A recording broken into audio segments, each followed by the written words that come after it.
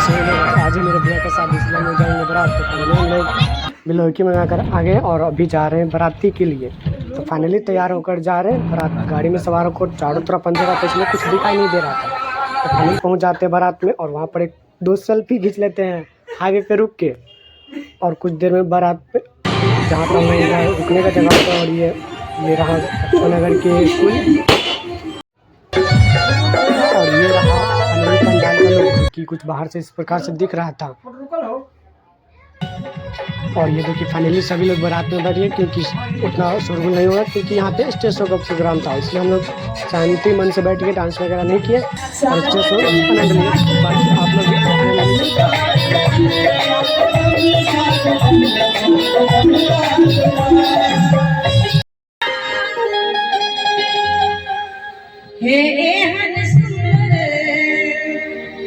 मिथिला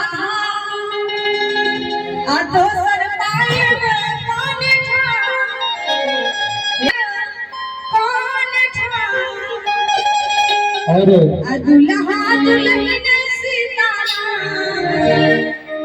जनक मंगल में